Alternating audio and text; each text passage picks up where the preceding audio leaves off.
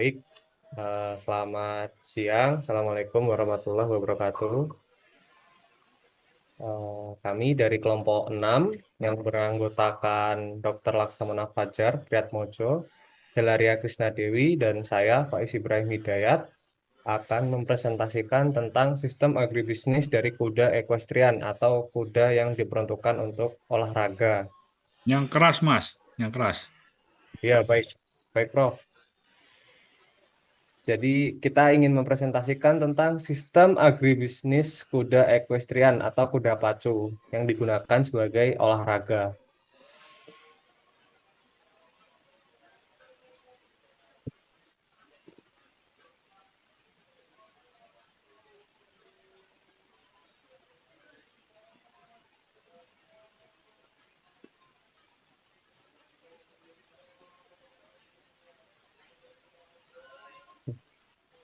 Ya.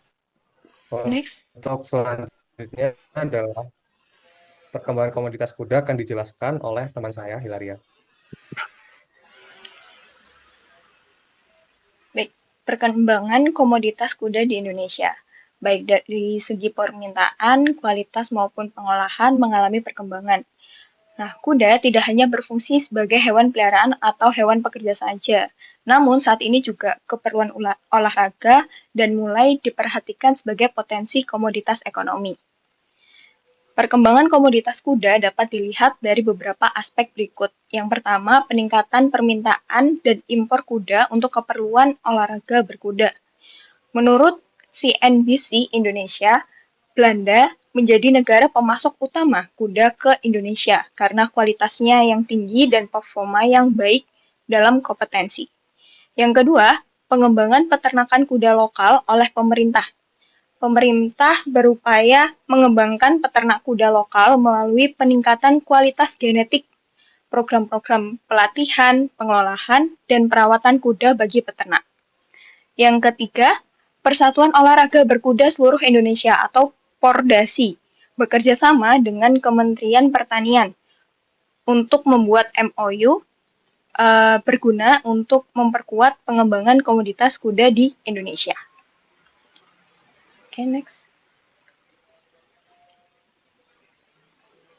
Berikutnya adalah kualitas dan varietas kuda. Perlu diketahui beberapa ras kuda ini merupakan ras kuda unggul untuk pacuan kuda dan ada beberapa yang dibreedingkan di stable Indonesia. Untuk yang pertama ada Thoroughbred Horse. Pada ras ini memiliki macam warna tubuh coklat, chestnut, hitam, dan abu-abu. Kuda ini pada bagian muka dan kakinya memiliki corak berwarna putih. Pada ras ini memiliki berat 450 sampai 575 kg dan tinggi 1,55 sampai 1,65 meter. Dengan bentuk kepala kecil, leher dan badan panjang, kaki langsing dan panjang, serta tulang yang ramping. Kuda ras ini dikenal sebagai kuda balap dengan kecepatan tinggi yang memiliki sifat bersemangat dan cerdas.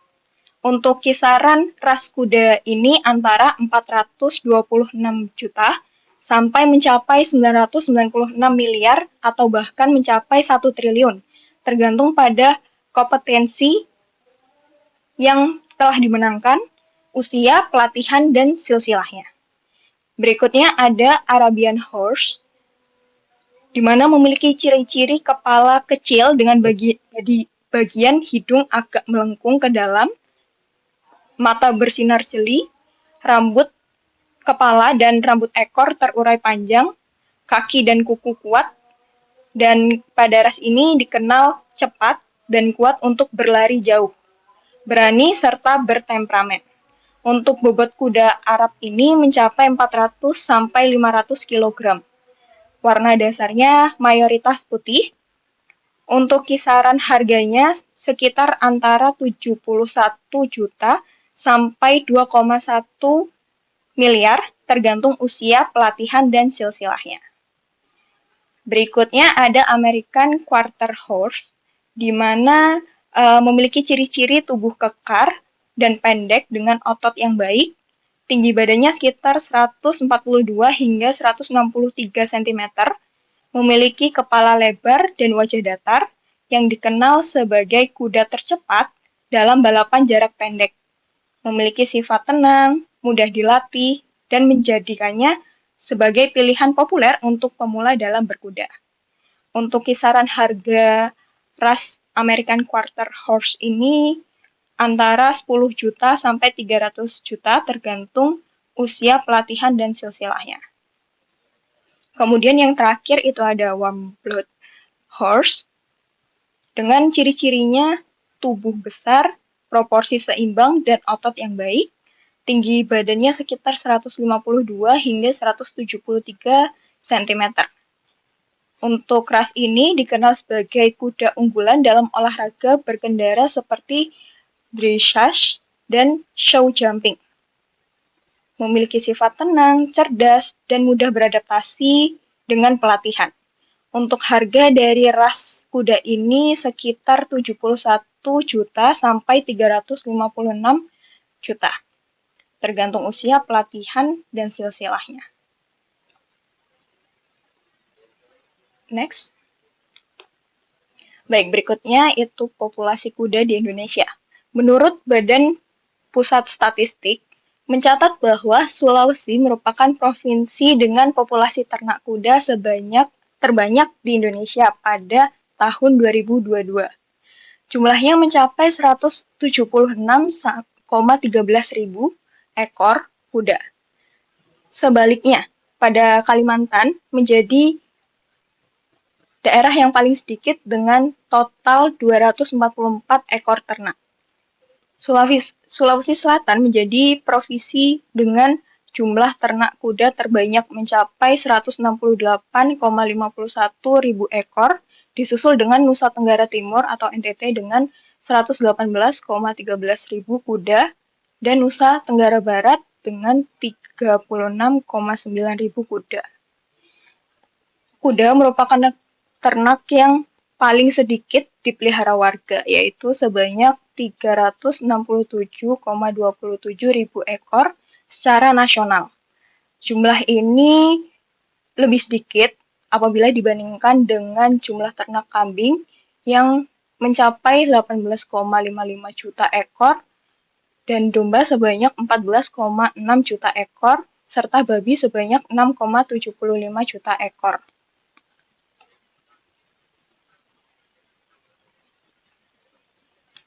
Berikutnya, isu dan kebijakan terkait kuda pacu di Indonesia. Yang pertama, peningkatan partisipasi dalam kejuaraan. Yang kedua, kebijakan pengembangan olahraga berkuda, di mana pemerintah Persatuan Olahraga Berkuda atau seluruh Indonesia atau Pordasi terus berupaya untuk meningkatkan kualitas dan kuantitas atlet serta kuda pacu dengan cara menyelenggarakan berbagai kejuaraan untuk menjaring bakat baru dan mempromosikan olahraga berkuda di tingkat nasional. Lalu yang ketiga ada infrastruktur dan venue. Untuk pembangunan infrastruktur juga menjadi fokus utama dalam pengembangan pacuan kuda. Venue baru sepanjang 1,400 meter telah dibangun di Takengon, daerah Aceh Tengah, untuk menyelenggarakan Pekan Olahraga Nasional atau PON ke-21 pada September 2024.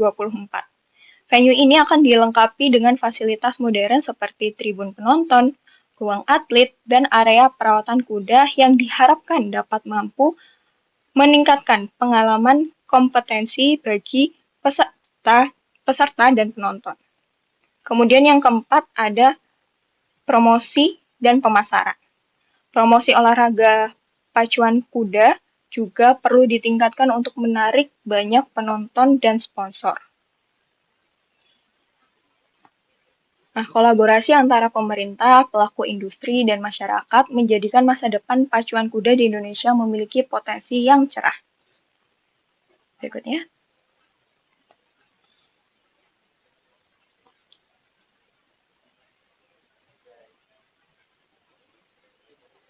Berikutnya, subsistem agribisnis hulu. Untuk yang pertama, pemilihan indukan kuda pacu yang unggul itu ada beberapa kriteria. Yang pertama berdasarkan genetik dan silsilah. Indukan harus memiliki silsilah yang baik dengan catatan prestasi di arena pacuan. Kemudian yang kedua, fisik. Fisik indukan harus memiliki proporsi tubuh yang ideal, termasuk tinggi pundak, bentuk tubuh, dan kekuatan otot. Yang ketiga, sifat temperamen. Indukan harus memiliki sifat temperamen yang baik, seperti tidak mudah gugup, penurut, dan tidak agresif. Yang terakhir dari segi kesehatan, indukan harus dalam kondisi yang baik, bebas dari penyakit. Kemudian yang kedua ada lembaga penyedia semen beku. Untuk lembaga penyedia semen beku ini ada Balai Inseminasi Buatan atau BIB Lembang. Kemudian yang kedua ada Balai Besar Inseminasi Buatan BBIB Singosari dan UPTD BIB Provinsi Lampung. Kemudian untuk kebutuhan pakan seperti yang tadi sudah dijelaskan, untuk kuda dia memiliki pencernaan usus besar yang cukup besar pada bagian sekum yang digunakan untuk pencernaan hijauan. Sehingga untuk kebutuhan pakan pada hewan kuda ini, hijauan sebanyak 1,5 sampai 2% dari berat badan dan konsentrat sebanyak 0,5% dari berat badan. Untuk suplemen dan vaksinasi, untuk suplemen ini tergantung dari kebutuhan kuda, tapi secara umum biasanya dikasih vitamin C, B kompleks, vitamin E, dan omega 3. Kemudian untuk vaksinasi, ada vaksinasi tetanus yang diberikan pada umur 3 bulan, diberikan selang 1 bulan terlebih dahulu, kemudian diulang pada vaksin tahunan. Berikutnya akan dilanjutkan oleh rekan saya, Mas Faiz.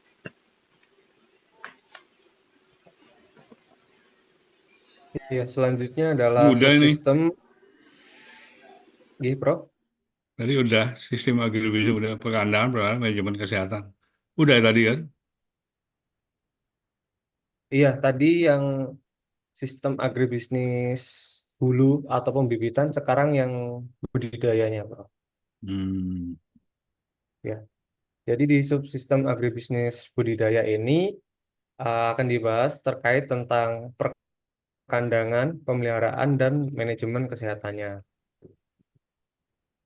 Jadi untuk persyaratan kandang tropis, terutama yang ada di Indonesia ini, atapnya itu diusahakan tinggi, karena semakin tinggi, sirkulasi udaranya itu semakin baik. Lalu untuk ventilasi itu dibuat sejajar dengan kepala kuda, sehingga udara masuk itu langsung bisa dihirup oleh kuda. Air hujan tidak boleh masuk ke dalam kandang karena dapat menyebabkan kandang itu basah dan lembab dan dapat menimbulkan beberapa penyakit atau jamur juga. Lalu hygiene dan sanitasi kandang itu juga tetap dijaga. Jadi kebersihan itu dibersihkan setiap hari tentunya saat kuda itu diumbar atau saat kuda latihan. Pembersihan itu bisa penggantian liter, bisa juga uh, pengambilan feses dan desinfeksi. Untuk lantai kandang sendiri ini juga tidak boleh licin dan diberi alas serbu gergaji atau jerami. Lalu untuk aspek penting dalam pemeliharaan, yang pertama ada kesehatan. Kesehatan kuda ini harus dijaga dengan pemeriksaan rutin, vaksinasi, pemberian vitamin, dan obat-obatan. Lalu grooming ini dilakukan setiap hari yang bertujuan untuk menjaga kebersihan kuda itu sendiri. Untuk pakan dan minum ini asupan nutrisi harus dijaga agar tetap memenuhi kebutuhan kuda. Kualitas pakan harus baik untuk menghindari dari penyakit. Jadi untuk kuda pacu ini pakan itu sangat diperhatikan ya karena sangat menentukan performa dan tentu mendukung proses recovery setelah latihan. Selanjutnya ada exercise. Untuk kuda yang masih muda itu diumbar. Lalu untuk kuda yang udah agak dewasa itu diajak berlatih untuk meningkatkan skill dan stamina kuda.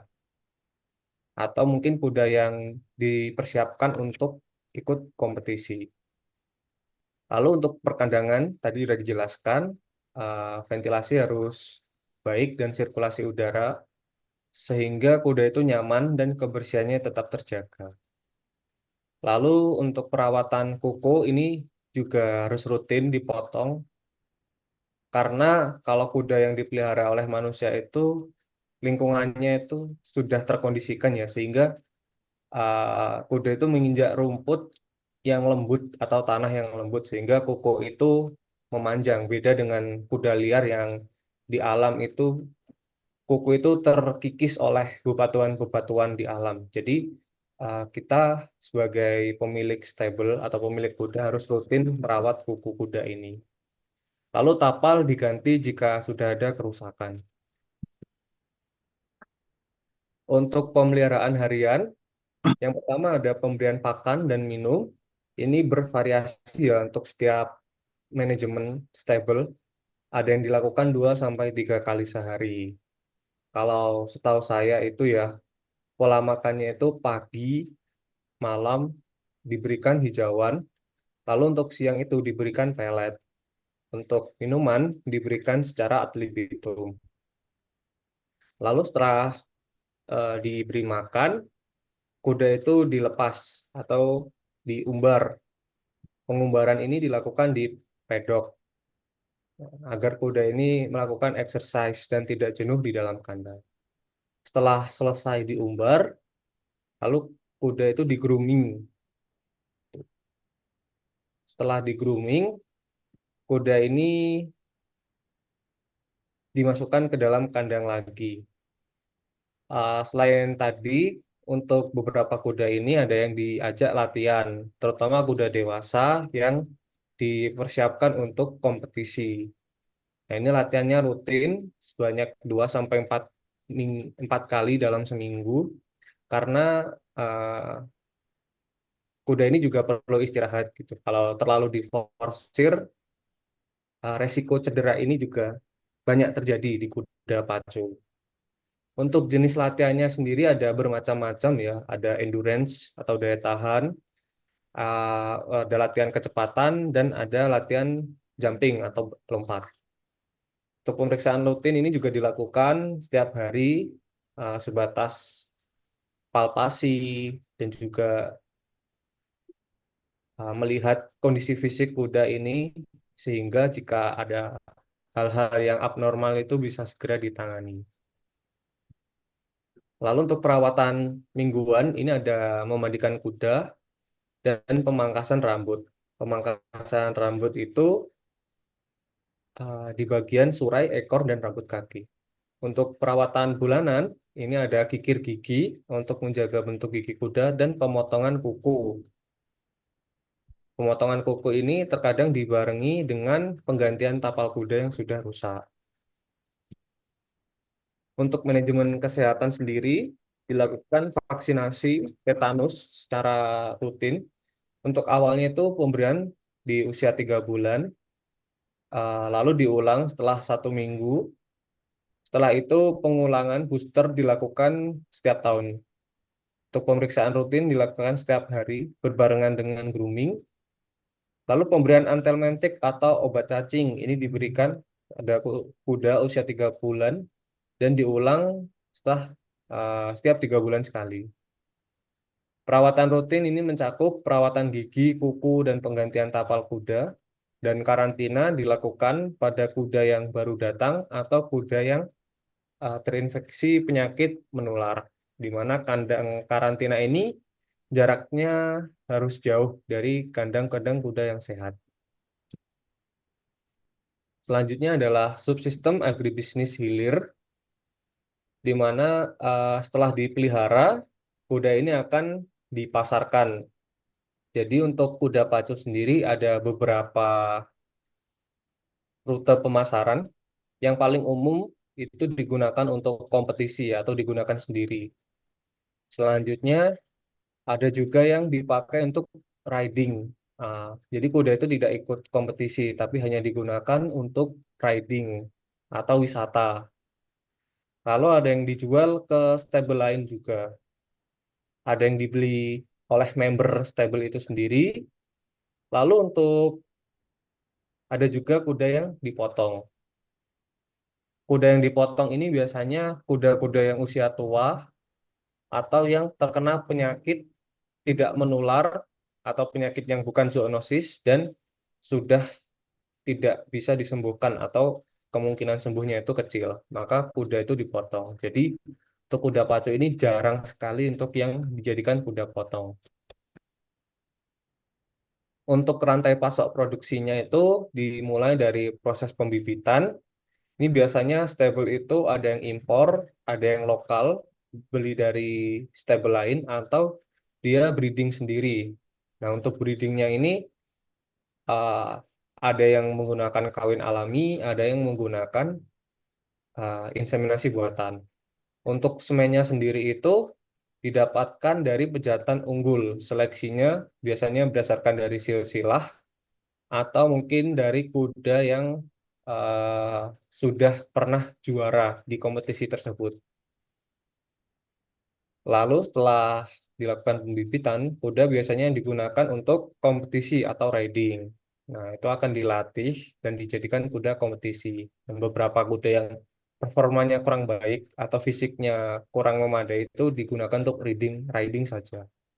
Ada yang dijual ke stable lain, lalu ada yang dijual ke perseorangan atau member, ada juga yang dijual ke tempat wisata. Nah, tadi untuk yang kuda-kuda yang sudah berumur atau tua atau yang sakit dan sulit untuk disembuhkan, kuda ini biasanya dipotong. Karena harga dari kuda pacu ini mahal, agak sayang jika dipotong dan dikonsumsi oleh manusia. Baik, selanjutnya akan dijelaskan oleh rekan saya. Terima kasih atas waktunya, Hela dan Faiz. Saya di sini akan menjelaskan tentang lembaga pendukung. Apakah suara saya terdengar jelas, nggih? Terdengar, kok. Oke, di sini saya ngasih contoh. Ya sebenarnya yang utama itu adalah Pordasi atau Asosiasi Olahraga Kuda Indonesia. Eh, Pordasi di sini membawahi cabur-cabur berkuda di Indonesia. Apakah itu termasuk polo, apakah itu termasuk balap dan kawan-kawannya, dressing dan kawan-kawannya. Dan sebaca saya di websitenya, mereka terdaftar resmi di KONI.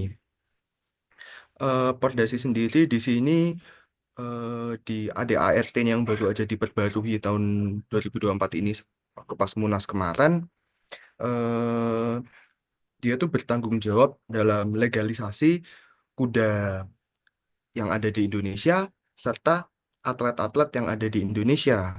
Jadi kita nggak mungkin nih kita punya kuda-kuda kompetisi tapi tidak terdaftar langsung di Pordasi. Gimana caranya bisa didaftarkan langsung? Selain itu ada ADHKI atau Asosiasi Dokter Hewan Kuda Indonesia. Eh, Asosiasi ini sih sebenarnya dia nggak membawa garis besar secara langsung, lebih ke asosiasi pada umumnya dokter hewan yang berkumpulan praktisi kuda. Untuk fungsinya apakah sampai di bagaimana dengan apa namanya eh, peran Pordasi dan peran ADHKI dalam bisnis agribisnis, peternakan dan segala jenis bisnis kuda di Indonesia. Sebenarnya dari peraturannya mereka sendiri yang mereka terbitkan, mereka nggak mengatur secara resmi sebenarnya nih. Kalau semisal punya pembibitan kuda harus syaratnya seperti ini. Mereka lebih ke bisnis olahraganya, bukan dalam segi agriculture-nya. Bisa dilanjut? Agribisnisnya, Iya, bukan bukan dalam apa? agriculture-nya. Bukan dalam agribisnisnya, lebih ke Mm-mm. olahraganya. Nah, masuk nih resiko bisnis kuda. Karena di sini kita bahas lebih spesifik kepada agribisnisnya, bukan di olahraganya. Di sini ada banyak nih resiko-resiko yang mungkin bisa terjadi. Yang pertama soal kesehatan kuda. Karena nanti salah satu layanan yang sering disediakan oleh peternak-peternak atau pembibit-pembibit kuda pacu atau kuda-kuda unggul lainnya adalah jasa kawin. Kesehatan dari kuda indukan tuh sangat harus diperhatikan karena kuda itu eh, kalau katanya ya, saya sendiri sih bukan penggiat kuda, katanya itu gampang sakit. Secara fisik dia tidak sekuat itu. Walaupun diberikan obat, apabila obatnya yang diberikan itu tepat, kuda itu juga cepat sembuh. Selain itu yang namanya kuda-kuda pacu, kuda-kuda kompetisi, yang jelas itu kan rawan cedera. Kalau misalnya masalah sudah sampai ke anatomi dan apabila itu tidak reversible, alias irreversible, operasi pun kayak sulit untuk dilakukan atau mustahil atau nggak bisa balik lagi fungsi normal, potensi dari kuda unggul itu juga akan menurun. Apakah dia nanti ujung-ujungnya diafkir, apa bakal cuma jadi indukan, atau bahkan nggak digunakan sama sekali. Yang kedua, yang resiko yang paling gede adalah biaya pemeliharaan. Kuda di sini biaya pemeliharaannya tinggi banget, apalagi kuda-kuda unggul. Karena pakannya nggak mungkin kita ngasih pakan-pakan pakan biasa. Waktu pas kemarin kita semester lalu, Prof, kunjungan ke Amigos di Kediri dengan oleh Dokter Tutuk dan kawan-kawannya. Kuda di sana ada kuda impor dan makanannya harus impor. Nggak bisa makanan-makanan lokal. Apakah itu premixnya, apakah itu konsentratnya. Walaupun mereka memang tetap dari hijauan itu lokal, tapi kalau misal produk-produk jadinya yang bentuknya sudah karungan, mereka nggak berani ambil resiko impor pakan masuk ke Indonesia. Jadi bukan pakai yang pakan-pakan jadi yang sudah ada di Indonesia. Dan yang ketiga, pasar. Yang perlu diketahui bahwa bisnis kuda ini sangat niche atau cuma penggiat tertentu saja, nggak nggak bisa masuk di semua kalangan masyarakat dan penikmatnya pun bukan semua orang. Pasarnya nggak akan sebesar kalau kita bisa bilang bisnis sapi. Pasarnya nggak akan bisa sebesar bisnis ayam atau eventnya nggak usah gede-gede, bisnis kambing dan bisnis domba pun bisnis kuda itu nggak sampai sebesar itu. eh, yang terakhir adalah regulasi dan SDM. Eh, Kuda di sini dipelihara itu rata-rata ya, selain dibibit di ternakan, tapi sebenarnya itu dipeliharanya nanti orang-orang yang beli kudanya kita itu dipelihara sebagai hewan kesayangan, bukan hewan produksi. Itu konsep yang berbeda dengan ayam, bebek, sapi, domba, kambing, babi. Kuda ini rata-rata di Indonesia dipelihara, diperjualbelikan sebagai hewan kesayangan dan rata-rata dipakai juga sebagai kompetisi. Sehingga kalau misalnya kita ngomong dari pemerintah regulasi, rata-rata regulasinya bukan regulasi agribisnisnya, tapi regulasi olahraganya. Dan yang terakhir adalah SDM. Karena kuda ini merupakan hewan mahal dan pemeliharaannya itu agak ribet ya dibandingkan hewan-hewan lain, hewan besar lainnya. Tentunya SDM yang memelihara, tenaga kerja yang terjun langsung di bisnis kuda ini nggak bisa orang yang setengah-setengah, memang harus yang paham. Nggak mungkin kita hire orang yang anggap aja dari sisi medis kita hire sebagai dokter kuda, tapi dia nggak paham kuda. Ataupun kayak kita hire anak kandang yang dia itu buat bersih-bersih dan kawan-kawannya, tapi dia nggak ngerti behaviornya kuda itu bagaimana, terus jam makan kuda itu gimana, nutrisi yang harus masuk itu gimana, ya nggak mungkin. Memang buat terjun ke bisnis ini, tenaga kerja juga memang harus yang ahli. Bisa dilanjut? Manajemen, masuk ke manajemen resiko. Tadi kan saya jelasin resiko bisnis. Terus bagaimana cara manage resikonya? Dari segi kesehatan, di luar negeri dan beberapa apa namanya kuda-kuda unggul di Indonesia itu sudah ada asuransinya. Eh, Apabila terjadi kecelakaan dalam berkompetisi atau dalam keseharian bisa di-cover asuransi walaupun tidak menjamin kesembuhan total dari kudanya tersebut. Sekali lagi, kalau kudanya sudah anggap aja sudah terluka, sudah terkilir, secara anatomi mungkin atau tidak mungkin bisa kembali 100% layaknya normal. Tapi di sini kan paling tidak bisa meminimalisir dari segi cost yang dikeluarkan. Yang kedua adalah pengetahuan. Sebelum kita terjun ke bisnis yang sangat niche Yang ini, keras, Mas. Laksamana. gimana? Tambah lama tambah lemes. Oh, maaf ya, Prof ya. Sebelum Minum dulu. Ya, baik, Prof. Sebelum masuk ke bisnis kuda ini yang sangat niche, yang mungkin marketnya terbatas, saya baca eh, di suatu jurnal oleh mahasiswa ilmu apa mahasiswa agribisnis IPB. Di penelitiannya mereka mereka meneliti kalau nggak salah namanya Stable Budi Mulia di daerah Lampung sana. Mereka itu eh, kebutuhan bibit kuda per tahunnya 16 ekor dan cuma bisa mensuplai 6 ekor. Jadi tapi kan 16 ekor dikit banget ya. Jadi memang kita selain pengetahuannya memang harus benar-benar paham akan kuda, jaringannya kita juga harus luas sebelum masuk. Itu juga masuk dalam perencanaan bisnis. Apakah bisnisnya kita itu cuma semata-mata beternak kuda? Apakah semata-mata cuma jasa layanan kawin? Ataupun semata-mata eh, cuma jualan pakan dan layanan kesehatan? Tapi kita juga harus mikirin, apakah nanti kita bakalan kuda-kuda kita itu bakal diikutkan kompetisi juga? Atau mungkin kita buka ke layanan umum kayak masyarakat bisa join kayak pelatihan berkuda.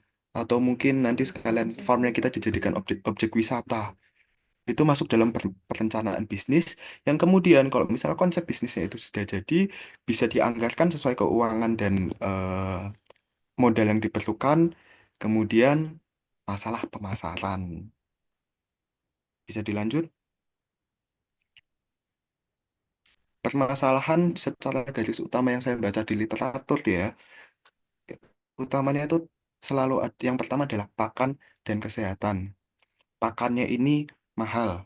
Kuda, apalagi kuda-kuda unggul. Kalau sebenarnya kuda-kudanya yang biasa aja kayak kuda-kuda Indonesia, saya rasa sih peternak-peternak nggak terlalu concern ya buat ke pakan ya, kurang lebih sama.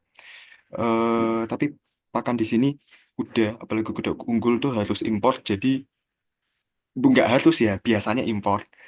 Jadi biaya operasional paling tinggi itu adalah pakan dan yang kedua adalah kesehatan. Karena eh, resiko cedera kuda-kuda pacu atau kuda-kuda kompetisi itu tinggi banget. Bisa dilanjut?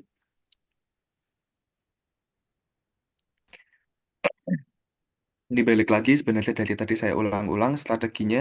Yang pertama identifikasi pasar, niche, penggiat pasar kuda di saat ini rata-rata yang sukses-sukses itu bukan sukses gara-gara kuda, tapi sebelumnya sudah kaya, kebetulan hobi kuda dan giat. Awalnya mungkin merugi, rugi, rugi, rugi hingga akhirnya gede dan bisa menguntungkan. Kalau saya baca di literatur, penggiat bisnis kuda yang sukses rata-rata bukan start dari nol, tapi memang sudah kaya duluan dan punya hobi kuda, makin kaya karena kebetulan bisnis kudanya jadi. Mungkin sekian, terima kasih. Eh, Kurang lebihnya mohon maaf. Assalamualaikum warahmatullahi wabarakatuh. Saya kembalikan ke Hela dan Prof. Kusnato. Ya,